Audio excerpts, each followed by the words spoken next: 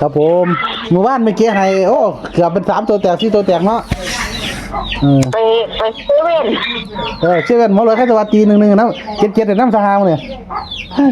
จ้า อัน98ก็ลืมครับ69ให้แต่ว่าให้ จ้า เฮ็ดดีๆก็ได้คน3ตัวอีกเอาว่าเป็นหยังเอามือนี่แก้ตัวเนาะบ่มีที่โชคดีนำไม่ดอกเพิ่นไปครับเอาเพิ่นถือน้ำอยู่เพิ่นโดนไม้น่ะเมื่อกี้200คะแนนเด้อ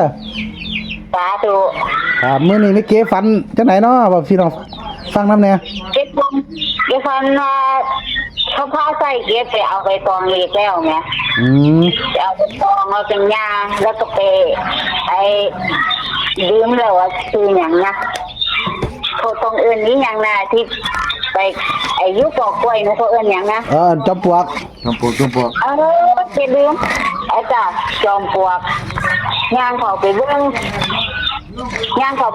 แต่ว่าบ่ได้อยู่ถึงยอดที่บ่ได้อยู่ทางที่เขาไปเบิ้งแหมเขาก็ได้ย่างออกแต่ว่ามันไปอีกอยู่ฝั่งนึงแหมเอ้าว่าเดียมได้เข้าไปเบิ้งว่ามันอยู่อีกฝั่งแหมมันเป็นเลข540เนี่ย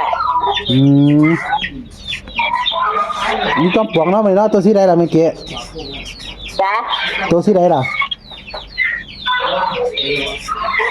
บอกไม่กันนะตัวสีใดตัวสีแดงตัวสีน้ำเงินหรือตัวสีใดตัวสีขาวแหมสีขาวเนาะจ้ะ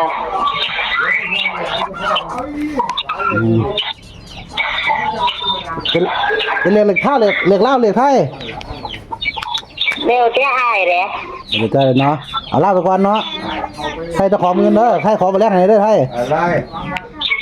ขอมาแรงให้ขอให้เด้อมาแลกเด้อเนาะเอาเป็นว่าเห็นเลขที่จอมปลวกเนาะมันเก่าเนาะ540เนาะมื้อนี้จ้าเอาดีๆพี่น้องได้3ตัวแตกเด้อมื้อนี้สำหรับเมื่อกี้ตัวมีตัวแตกเนาะไม่ใช่ปลอกเนาะครับจ้าถูก3ตัวแตกเด้อนะขอบคุณเมื่อกี้ที่แบ่งปันในทางนะจ้าเห็นเลขที่จอมปลวก540อีกฝั่งนึงเนาะอยู่กลางบ่อยู่เราใส่อยู่รอบกลางน่ะฝั่งบุญตรงกลางบ่แม่นฝั่งที่เคยเห็นตลอดดิโอ้คนละฝั่งเนาะคนละฝั่งเนาะจ้ะก็บ่ได้อาจเป็นไทยก็ได้เด้อพอคนละฝั่งแต่ก็มีแต่ฝั่งลาวเนาะจ้าบ่รู้เสียงไทยลาวเด้อซั่นจ้าเพราะว่าเป็นหยังว่าเต็มคนละฝั่งนะแต่ว่าฝั่งเดียวกันฝั่งเก่ามักเป็นลาวมาล่ะฝั่งเนี่ยที่เป็นไทยก็ได้เนาะระวังเลขไทยนำเด้อพี่น้อง FC ก็ได้นะครับขอบคุณเมื่อกี้หลายเด้อนะครับเป็นไทยลาวเนาะ